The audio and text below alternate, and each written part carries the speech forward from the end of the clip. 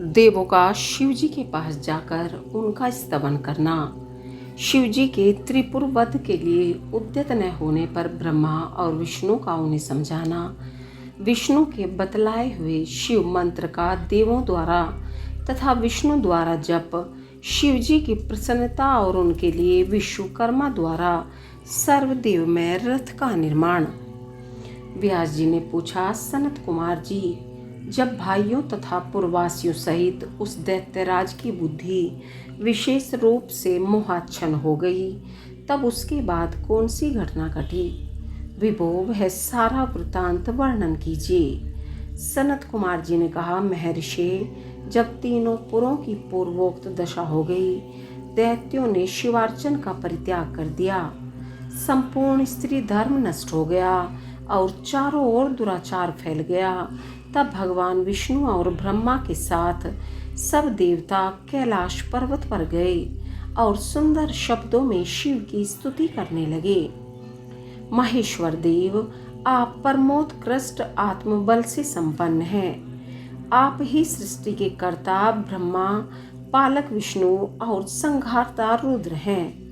पर ब्रह्म स्वरूप आपको नमस्कार है। यो महादेव जी का स्तवन करके देवों ने उन्हें साष्टांग प्रणाम किया। फिर भगवान विष्णु ने जल में खड़े होकर अपने स्वामी परमेश्वर शिव का मन ही मन स्मरण करके तन्मय हो दक्षिणा मूर्ति के द्वारा प्रकटित रुद्र मंत्र का 1.5 करोड़ की संख्या तक जाप किया। तब तक सभी देवता उन महेश्वर में मन लगाकर यूं उनकी स्तुति करते रहे। देवों ने कहा, प्रभो, आप समस्त प्राणियों के आत्मस्वरूप, कल्याणकर्ता और भक्तों की पीड़ा हरने वाले हैं। आपके गले में नीला चिन्ह है, जिससे आप नीलकंठ कहलाते हैं। आप चिद्रूप एवं प्रचेता हैं। आप रुद्र को हमारा प्रणाम है। असुर निकंदन, आप ही हमारी सारी आपत्तियों के निवारण करने वाले हैं। अतः सदा से आप ही हमारी गति है और आप ही सर्वदा हम लोगों के वंदनीय हैं। आप सबके आदि हैं और आप ही अनादि भी हैं। आप ही आनंद स्वरूप, अव्यय प्रभु, प्रकृति पुरुष के भी साक्षात सृष्टा और जगदीश्वर हैं। आप ही रजोगुण, सत्वगुण और तमोगुण के आश्रय से ब्रह्मा, विष्णु और रुद्र होकर जगत के कर्ता, भर्ता और संहारक बनते हैं। आप ही इस भव सागर से तारने वाले हैं। आप समस्त प्राणियों के स्वामी, अविनाशी, वरदाता, वांगमय स्वरूप, वेद प्रतिपाद्य और वाच्य वाचकता से रहित हैं। योग वेदता योगी, आप ईशान से मुक्ति की याचना करते हैं। आप योगियों के हृदय कमल की कर्णिका पर विराजमान रहते हैं। वेद और सतंजन कहते हैं कि आप पर ब्रह्म स्वरूप, तत्व रूप, तेजो राशि और परात्पर हैं। सर्व, आप सर्वव्यापी सर्वात्मा और त्रिलोकी के अधिपति हैं। भव, इस जगत में जिसे परमात्मा कहा जाता है, वह आप ही हैं। जगत गुरु, इस जगत में जिसे देखने, सुनने, स्तवन करने तथा जानने योग्य बताया जाता है और जो अणु से भी सूक्ष्म तथा महान से भी महान है, वह आप ही हैं। आप चारों ओर हाथ, पैर, नेत्र, सिर, मुख, कान और नाक वाले हैं। अतः आपके चारों ओर से नमस्कार है। सर्वव्यापिन, आप सर्वज्ञ, सर्वेश्वर, अनावृत और विश्वरूप हैं। आप विरूपाक्ष को सब ओर से अभिवादन है। आप सर्वेश्वर, भवाध्यक्ष, सत्यमय, कल्याणकर्ता, अनुपमय और करोड़ों सूर्यों के समान प्रभावशाली हैं। आपको हम चारों ओर से दंडवत प्रणाम करते हैं। विश्वाराध्य, आदि अंत शून्य, 26वें तत्व, नियामक रहित तथा समस्त प्राणियों को अपने अपने कार्यों में प्रवृत्त करने वाले आपको हमारा सब ओर से प्रणाम है। आप प्रकृति के भी प्रवर्तक, सबके प्रपितामह और समस्त शरीरों में व्याप्त हैं। आप परमेश्वर को हमारा नमस्कार है। श्रुतियाँ तथा श्रुति तत्वों के ज्ञाता विज्ञ जन आपको वरदायक, समस्त भूतों में निवास करने वाला, स्वयंभू और श्रुति तत्वज्ञ बतलाते हैं।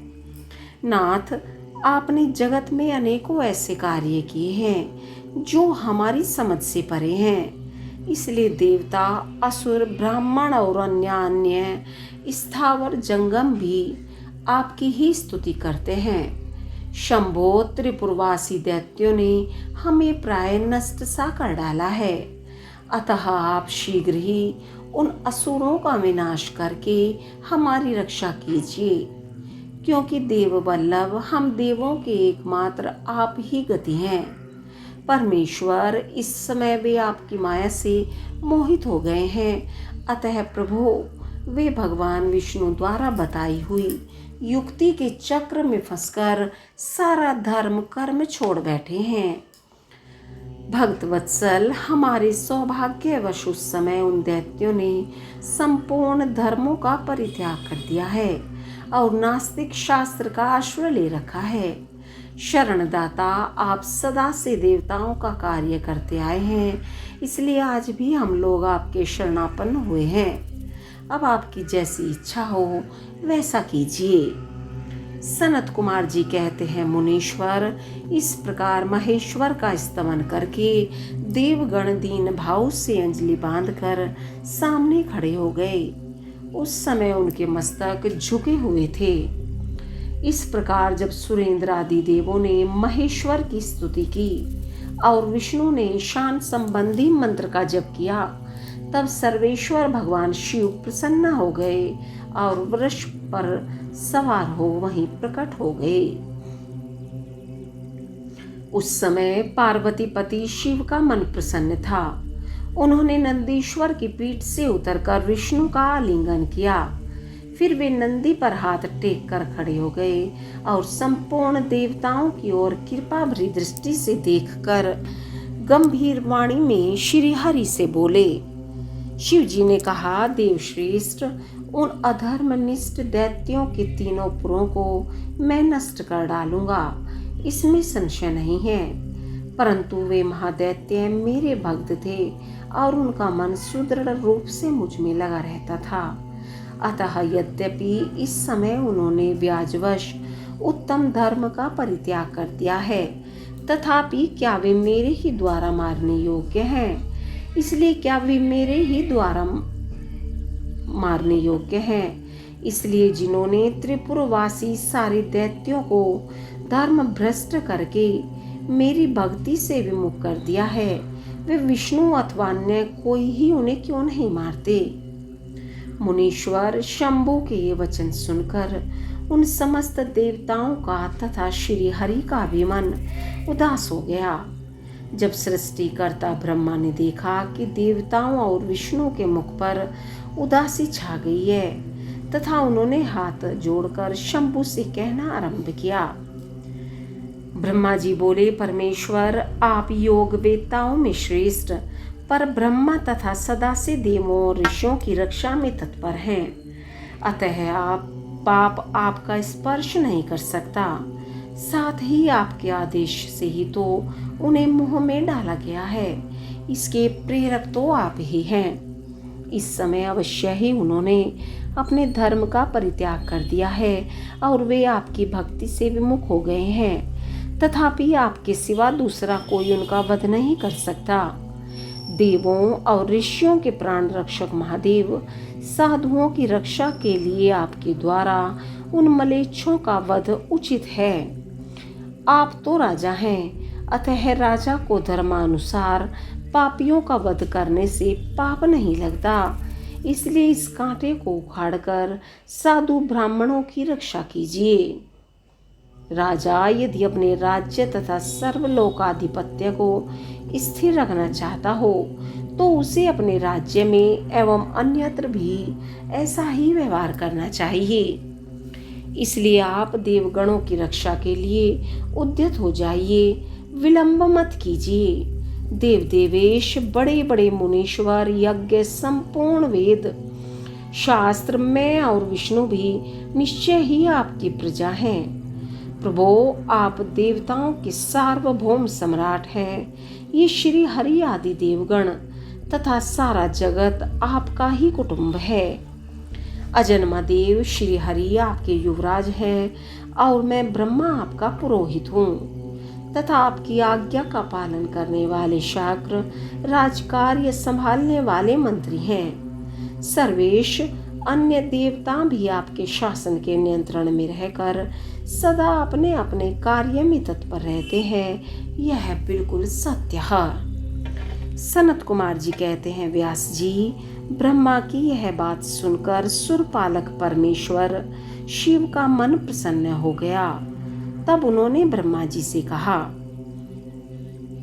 शिव जी बोले, ब्रह्मा, यदि आप मुझे देवताओं का सम्राट बतला रहे हैं तो मेरे पास उस पद के योग्य कोई ऐसी सामग्री तो है ही नहीं जिससे मैं उस पद को ग्रहण कर सकूं, क्योंकि न तो मेरे पास कोई महान दिव्य रथ है, न उसके उपयुक्त सारथी है, और न संग्राम में विजय दिलाने वाले वैसी धनुष बाण ही हैं कि जिन्हें लेकर मैं मनोयोग पूर्वक संग्राम में उन प्रबल दैत्यों का वध कर सकूं। यूं कहकर वे चुप हो गए, परंतु शिवजी को शीघ्र प्रस्तुत होते न देखकर समस्त देवता कश्यप आदि ऋषि अत्यंत व्याकुल तथा दुखी हो गए। तब भगवान श्री हरि ने उनसे कहा। भगवान विष्णु बोले, देवों तथा मुनियों, तुम लोग क्यों दुखी हो रहे हो? तुम्हें अपने सारे दुख का परित्याग कर देना चाहिए। अब तुम सब लोग आदर पूर्वक मेरी बात सुनो। देवगण, तुम्ही लोग विचार करो कि महान पुरुषों की आराधना सुख साध्य नहीं होती। मैंने ऐसा सुना है कि महदाराधन में पहले महान कष्ट झेलना पड़ता था। पीछे भक्त की दृढ़ता देखकर इष्ट देव अवश्य प्रसन्न होते हैं, परंतु शिव तो समस्त गुणों के अध्यक्ष तथा परमेश्वर हैं। ये तो आशुतोष ही ठहरे। अतः पहले ओम का उच्चारण करके फिर नमः का प्रयोग करो, फिर शिवाय कहकर 2 बार शुभम का उच्चारण करो। इसके बाद 2 बार कुरु का प्रयोग करके फिर शिवाय नमः ओम जोड़ दें। ऐसा करने से ओम नमः शिवाय शुभम शुभम कुरु कुरु शिवाय नमः ओम, यह मंत्र बनता है। बुद्धि विशारदों, यदि तुम लोग शिव की प्रसन्नता के लिए इस मंत्र का पुनः 1 करोड़ जप करोगे तो शिव जी अवश्य तुम्हारा कार्य पूर्ण करेंगे। मुने, प्रभावशाली श्री हरि ने जब यूं कहा, तब सभी देवता पुनः शिवाराधन में लग गए। तत्पश्चात श्री हरि भी देवों तथा मुनियों के कार्य की सिद्धि के हेतु शिव में मन लगाकर विशेष रूप से विधि पूर्वक जप में तत्पर हो गए। मुनिश्रेष्ठ, इधर देवगण धैर्य संपन्न हो बारंबार शिव शिव यों उच्चारण करते हुए 1 करोड़ जप करके सामने खड़े हो गए। इसी समय स्वयं साक्षात शिव पूर्वोक्त स्वरूप धारण करके प्रकट हो गए और यूं कहने लगे। श्री शिव जी बोले, हरे ब्राह्मण, देवगण तथा उत्तम व्रत का पालन करने वाले मुनियों, मैं तुम लोगों के इस जप से प्रसन्न हो गया हूँ। अतः अब तुम लोग अपना मनोवांछित वर मांग लो। देवताओं ने कहा, देवाधिदेव कल्याणकर्ता जगदीश्वर, यदि आप हम पर प्रसन्न हैं तो देवों की विफलता का विचार करके शीघ्र ही त्रिपुर का संहार कीजिए। परमेश्वर, आप दीन बंधु तथा कृपा की खान हैं। आपने ही सदा से हम देवताओं की बारंबार विपत्तियों से रक्षा की है, अतः इस समय भी आप हमारी रक्षा करें। सनत कुमार जी कहते हैं, ब्राह्मण, तब ब्रह्मा और विष्णु सहित देवों की वह बात सुनकर शिव जी मन ही मन प्रसन्न हुए और पुनः इस प्रकार बोले। महेश्वर ने कहा, हरे ब्राह्मण, देवगण तथा मुनियों, अब त्रिपुर को नष्ट हुआ ही समझो। तुम लोग आदर पूर्वक मेरी बात सुनो और उसके अनुसार कार्य करो। मैंने पहले जिस दिव्य रथ, सारथी, धनुष और उत्तम बाण को अंगीकार किया है वह सब शीघ्र ही तैयार करो। विष्णु तथा विधेय निश्चय ही तुम दोनों त्रिलोकी के अधिपति हो, इसलिए तुम्हें चाहिए कि मेरे लिए प्रयत्न पूर्वक सम्राट के योग्य सारा उपकरण प्रस्तुत करो। तुम दोनों सृष्टि के सृजन और पालन कार्य में नियुक्त हो, अतः त्रिपुर को नष्ट हुआ समझकर देवताओं की सहायता के लिए यह कार्य अवश्य करो। यह शुभ मंत्र महान पुण्यमय तथा मुझे प्रसन्न करने वाला है। यह भुक्ति मुक्ति का दाता, संपूर्ण कामनाओं का पूरक और शिव भक्तों के लिए आनंदप्रद है। यह स्वर्गकामी पुरुषों के लिए धन, यश और आयु की वृद्धि करने वाला है। यह निष्काम के लिए मोक्ष तथा साधन करने वाले पुरुषों के लिए भुक्ति मुक्ति का साधक है। जो मनुष्य पवित्र होकर सदा इस मंत्र का कीर्तन करता है, सुनता है अथवा दूसरों को सुनाता है, उसकी सारी अभिलाषाएं पूर्ण हो जाती हैं। सनत कुमार जी कहते हैं, मुने, परमात्मा शिव की यह बात सुनकर सभी देवता परम प्रसन्न हुए और ब्रह्मा तथा विष्णु को भी विशेष आनंद प्राप्त हुआ। उस समय विश्वकर्मा ने शिव की आज्ञा अनुसार विश्व के हित के लिए एक सर्वदेवमय तथा परम शोभन दिव्य रथ का निर्माण किया।